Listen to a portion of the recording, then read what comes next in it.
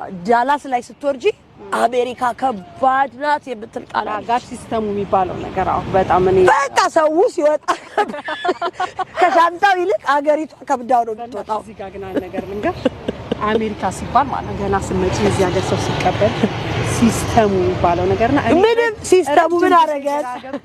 አንድ ወዳጄ ሃና ትባላለች ሃኒዬ ጋር ሲስተሙ መቼ ነው የሚመጣው አልኳት ምክንያቱም ምንድነው ብታዩ የለምና ግን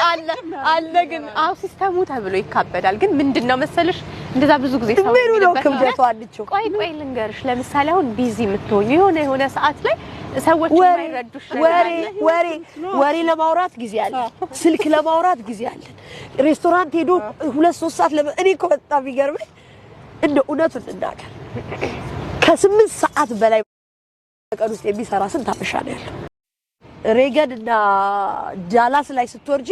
አሜሪካ